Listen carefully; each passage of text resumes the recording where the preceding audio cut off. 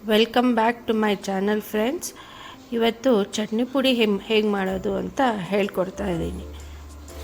ಇದಕ್ಕೆ ಬೇಕಾಗಿರೋ ಸಾಮಗ್ರಿಗಳು: ಕಡಲೆಬೇಳೆ 1 ದೊಡ್ಡ ಕಪ್ಪು, ಉದ್ದಿನಬೇಳೆ ಅರ್ಧ ಕಪ್ಪು, ಮೆಣಸಿನ್ಕಾಯಿ, ಕರ್ಬೇವಿನ ಸೊಪ್ಪು, ಬೆಲ್ಲ, ಕೊಬ್ಬರಿ, ಒಂದು ಸ್ವಲ್ಪ ಹುಣಸೆಹಣ್ಣು, ಇಂಗು. ಮೊದಲಿಗೆ ಒಂದು ಬಾಣಲೆ ತಗೊಂಡು ಕಡಲೆಬೇಳೆನ ಹುರ್ಕೊಂಬಿಡೋಣ.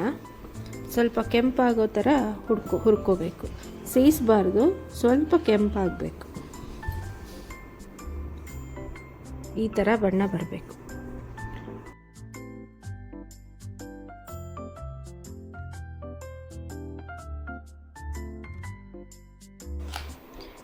ಇವಾಗ ಇದನ್ನು ಇನ್ನೊಂದು ಪಾತ್ರೆಗೆ ಟ್ರಾನ್ಸ್ಫರ್ ಮಾಡ್ಕೊಳ್ಳೋಣ.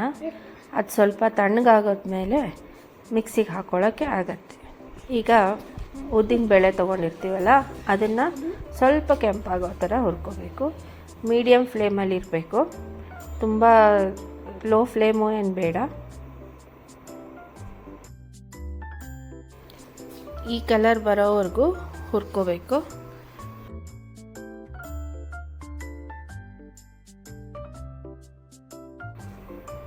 ಈಗ ಇದನ್ನು ಒಂದು ಇದಕ್ಕೆ ಟ್ರಾನ್ಸ್ಫರ್ ಮಾಡ್ಕೊಳ್ಳೋಣ. ಕಡಲೆಬೇಳೆ ಹಾಕಿದ್ವಲ್ಲ ಅದಕ್ಕೇ. ಇದೆರಡು ಕೂಲ್ ಆದಮೇಲೆ ಒಟ್ಟಿಗೆ ಮಿಕ್ಸಿಗೆ ಹಾಕ್ಕೊಳ್ಳೋಣ. ಇವಾಗ ಒಂದು 100-150 ಗ್ರಾಮ್ ಅಷ್ಟು ಬ್ಯಾಡಗಿ ಮೆಣಸಿನ್ಕಾಯಿ ತೊಗೊಂಡಿದ್ದೀನಿ. ಖಾರ ನಿಮಗೆ ಜಾಸ್ತಿ ಬೇಕು ಅಂದರೆ ಜಾಸ್ತಿ ತೊಗೋಬೋದು. ಇದನ್ನು ಹುರ್ಕೋಬೇಕು.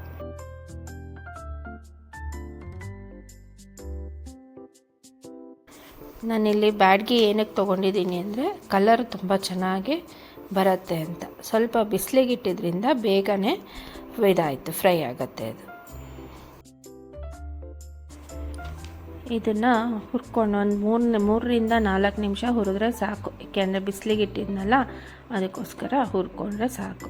ಇದನ್ನು ಇನ್ನೊಂದು ಕಡೆ ಟ್ರಾನ್ಸ್ಫರ್ ಮಾಡಿಟ್ಕೊಳ್ಳಿ. ಇದು ಸ್ವಲ್ಪ ತಣ್ಣಗಾದ್ಮೇಲೆ ಮಿಕ್ಸಿ ಹಾಕ್ಕೋಬೇಕು. ಇಲ್ಲಿ ನೋಡಿ, ಇದನ್ನು ಹುರ್ಕೊಂಡಿದ್ದೀನಲ್ಲ, ಇದು ತಣ್ಣಗಾಗಿದೆ.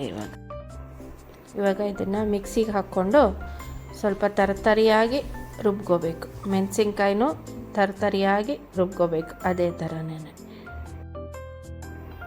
ಈಗ ಇಲ್ಲಿ ಒಂದು ಬಾಣಲೆಯಲ್ಲಿ ಒಂದು 4-5 ಸ್ಪೂನಷ್ಟು ಎಣ್ಣೆ ಹಾಕ್ಕೊಳ್ಳಿ.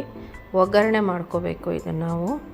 ಹಾಗಾಗಿ ಎಣ್ಣೆ ಹಾಕ್ಕೊಂಡಾದ್ಮೇಲೆ ನೆಕ್ಸ್ಟು ಸಾಸಿವೆ ಹಾಕ್ಕೊಳ್ಳಿ. ಸಾಸಿವೆ ಹಾಕ್ಕೊಂಡಾದ್ಮೇಲಿಂದ ಇಂಗು ಹಾಕ್ಕೊಳ್ಳಿ. ಸಾಸಿವೆ ಪಟ್ ಅಂತ ಅಂದಮೇಲೆ ಇಂಗು ಹಾಕ್ಕೊಳ್ಳಿ. ಆಮೇಲೆ ಕೊಬ್ಬರಿ ಹಾಕ್ಕೊಳ್ಳಿ. ಅರ್ಧ ಕೊಬ್ಬರಿ ತೊಗೊಂಡಿದ್ದೀವಿ ನಾನಲ್ಲಿ. ಅದನ್ನೆಲ್ಲ ಚೆನ್ನಾಗಿ ಫ್ರೈ ಮಾಡ್ಕೊಳ್ಳಿ. ಕರಿಬೇವು ಹಾಕ್ಕೊಳ್ಳಿ. ನೆಕ್ಸ್ಟು ಆಮೇಲೆ ಹುಣಸೆ ಹಣ್ಣು ಹಾಕ್ಕೊಳ್ಬೇಕು. ಹುಣಸೆ ಹಣ್ಣು ಹಾಕಿದ್ಮೇಲೂ ಚೆನ್ನಾಗೆ ಫ್ರೈ ಮಾಡಿ. ಅದು ಒಂದು ಸ್ವಲ್ಪ ಬ್ರೌನ್ ಕಲರ್ ಆಗಬೇಕು ಕೊಬ್ಬರಿ.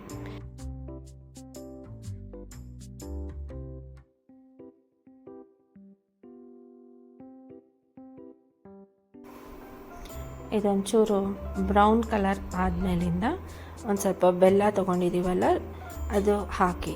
ಬೇಕಿದ್ದರೆ ಹಾಕಿ, ಇಲ್ಲ ಅಂದರೆ ಬೇಡ. ಆದರೆ ಹಾಕಿದ್ರೆ ಟೇಸ್ಟ್ ತುಂಬ ಚೆನ್ನಾಗಿ ಬರುತ್ತೆ. ಇದೆಲ್ಲ ಆದಮೇಲೆ ಒಂದು ಸ್ವಲ್ಪ ಉಪ್ಪು, ರುಚಿಗೆ ತಕ್ಕಷ್ಟು ಉಪ್ಪು ನೋಡ್ಕೊಂಡು ಹಾಕಿ. ಕಲ್ಲುಪ್ಪು ಹಾಕಿದ್ರೆ ಚೆನ್ನಾಗಿರುತ್ತೆ.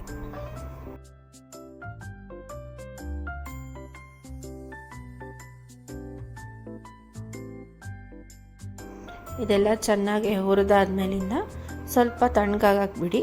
ತಣ್ಣಗಾದ್ಮೇಲಿಂದ ಮಿಕ್ಸಿಗೆ ಹಾಕಿ ಇದನ್ನು ಅಷ್ಟೇ, ತುಂಬ ಫೈನ್ ಪೌಡರ್ ಬೇಡ, ಸ್ವಲ್ಪ ತರಿಯಾಗಿ ರುಬ್ಕೊಂಡಿರೋದು ಈ ಥರ ಬಂದಿರುತ್ತೆ.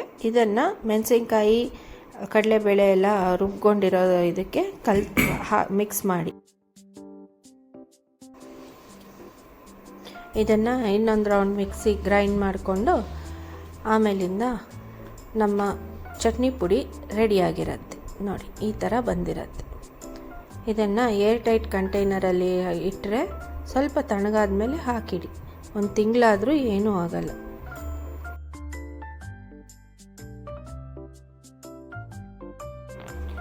ನೋಡಿ, ಈ ಕಲರ್ ಬಂದಿದೆ, ಎಷ್ಟು ಚೆನ್ನಾಗಿದೆ ಕಲರ್ ನೋಡಿ. ಈ ಚಟ್ನಿ ಪುಡಿನ ಅನ್ನದ ಜೊತೆ ಮತ್ತು ದೋಸೆ ಜೊತೆ, ಚಪಾತಿಗೆ ಎಲ್ಲದಕ್ಕೂ ಹಾಕ್ಕೊಂಡು ತಿನ್ನೋಕ್ಕೆ ಚೆನ್ನಾಗಿರುತ್ತೆ. ಫ್ರೆಂಡ್ಸ್, ಇದಾಗಿತ್ತು ಇವತ್ತಿನ ವಿಡಿಯೋ. ಚಾನಲ್ನ ಸಬ್ಸ್ಕ್ರೈಬ್ ಮಾಡಿ. ಈ ವಿಡಿಯೋ ಇಷ್ಟ ಆಗಿದ್ದರೆ ಲೈಕ್ ಮಾಡಿ, ಶೇರ್ ಮಾಡಿ. ನೆಕ್ಸ್ಟ್ ರೆಸಿಪಿ ಯಾವ್ದು ಬೇಕಂತ ಕಾಮೆಂಟ್ ಮಾಡಿ. Thank you.